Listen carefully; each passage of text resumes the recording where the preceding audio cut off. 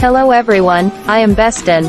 What you are seeing now is the test site of the Beston cracking plant after it was successfully installed in Sudan. We can see from the video that local waste tires are mainly used as raw materials for pyrolysis. When the steel wires are extracted from the waste tires and sent to the reactor, heat can be obtained after a series of specialized operations such as high-temperature heating, dust removal, and condensation. Decompose oil, carbon black and combustible gas, etc. The pyrolysis oil produced can be turned into qualified diesel fuel after distillation, and carbon black can also be used in the battery industry or made into pigment.